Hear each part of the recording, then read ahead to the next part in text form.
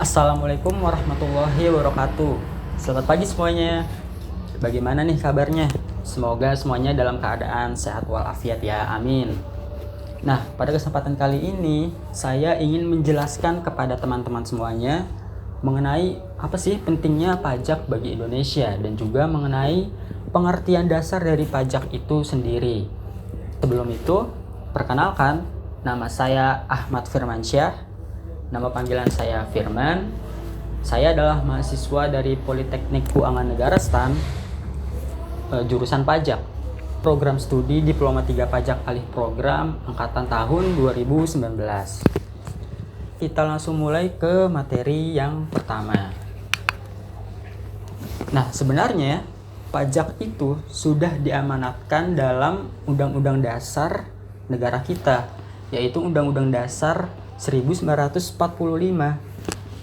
yaitu tercantum dalam pasal 23A yang berbunyi pajak dan pungutan lain yang bersifat memaksa untuk keperluan negara diatur dengan undang-undang.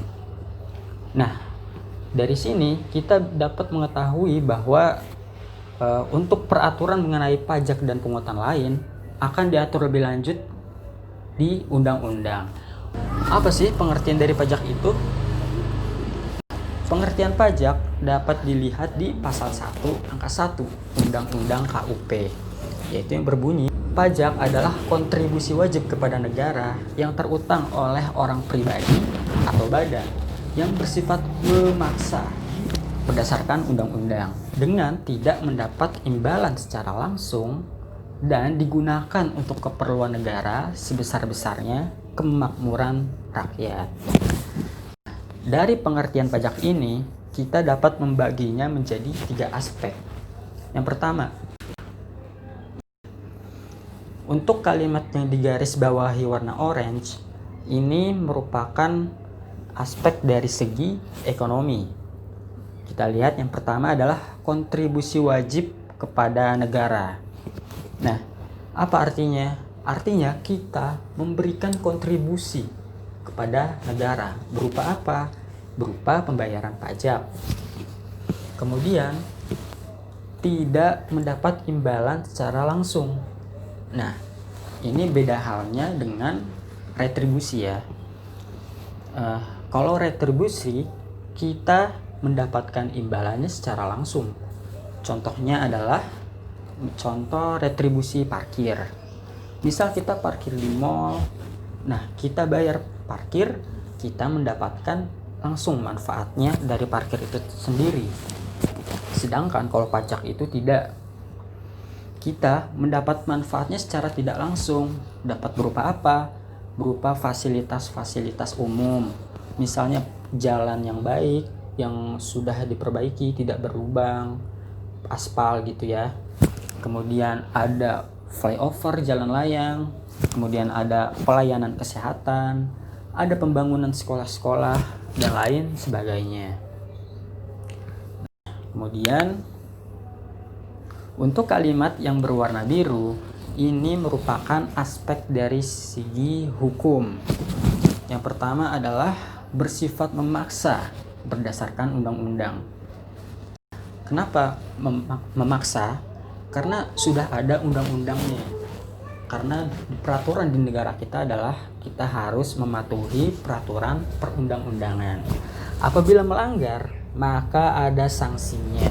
Nah, yang selanjutnya yang garis berwarna hijau ini merupakan dari sisi manfaatnya. Manfaatnya adalah untuk kemakmuran rakyat.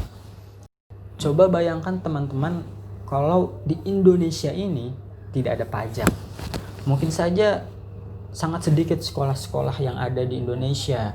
Mungkin saja jalanan-jalanan di sekitar kita masih belum berupa aspal, tapi bisa juga mungkin masih berupa rawa-rawa gitu ya. Kenapa demikian? Dalam postur APBN 2019, itu sebesar 82,5%-nya itu berasal dari penerimaan negara dalam sektor perpajakan. 82,5% ya. Coba bayangkan kalau tidak ada pajak itu sendiri. Mungkin pemerintah akan lebih sulit untuk menjalankan urusan negara dan juga untuk mensejahterakan rakyatnya. Berikutnya adalah fungsi pajak. Fungsi pajak ada 4. Yang pertama adalah budgeter. Apa itu budgeter? Itu merupakan fungsi pajak itu sebagai alat untuk memasukkan uang sebanyak-banyaknya ke kas negara, kemudian akan dikeluarkan kembali dalam bentuk sesuai dengan APBN. Ya. Kemudian ada reguleren. Pajak itu juga berfungsi sebagai pengatur. Kemudian ada stabilitas. Pajak memiliki peranan yang penting untuk menjaga keseimbangan perekonomian di Indonesia, khususnya untuk mengatasi inflasi maupun deflasi. Kemudian yang terakhir adalah fungsi redistribusi, yaitu pada intinya adalah untuk memeratakan pendapatan masyarakat dalam bentuk misalnya menyediakan lapangan pekerjaan. Tata cara pemungutan pajak. Sistem pemungutan pajak ada 3. Yang pertama adalah official assessment. Apa itu official assessment? Yaitu fiskus diberikan wewenang untuk menetapkan pajak yang terutang kepada wajib pajak. Kemudian self assessment. Self assessment ini adalah kebalikan dari sistem official assessment, yaitu yang mana wajib pajak diberi wewenang untuk menghitung, menyetor, dan melaporkan pajaknya sendiri. Nah, kemudian yang terakhir adalah withholding. Withholding ini adalah sistem yang memberikan wewenang kepada pihak ketiga yang menentukan besar pajaknya. Penggolongan pajak. Penggolongan pajak dapat digolongkan menjadi 3. Yang pertama, menurut sifatnya, yaitu pajak subjektif dan pajak objektif. Apa itu pajak subjektif? Artinya apa? Lembaga pemerintah, otoritas pajak dalam mengenakan pajaknya itu memperhatikan kondisi subjektifnya, memperhatikan kondisi orangnya. Nah, ini contohnya adalah pengenaan dalam pajak penghasilan. Kemudian pajak objektif. Pajak objektif ini kita tidak melihat kondisi orangnya, tetapi melihat dari objek itu sendiri. Contohnya adalah pajak pertambahan nilai atau PPN. Yang kedua, penggolongan yang menurut pihak yang menanggung, yaitu adalah pajak langsung maupun pajak tidak langsung. Pajak langsung itu apa? Pajak langsung berarti pembebanan pajaknya adalah si wajib pajak itu sendiri dan tidak dapat dialihkan kepada pihak lain. Kemudian kalau pajak tidak langsung itu pembebanannya dapat dialihkan, contohnya PPN. Kemudian lembaga pemungut. Nah, kalau teman-teman akan belajar lebih lanjut mengenai pajak, itu akan terlihat jelas bedanya. Pajak, mana pajak pusat, mana pajak daerah. Nah, apa itu pajak pusat? Pajak pusat yaitu pajak yang dipungut oleh pemerintah pusat.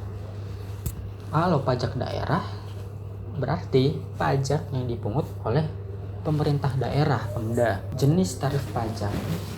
Tarif ada 4 jenis. Yang pertama, proporsional.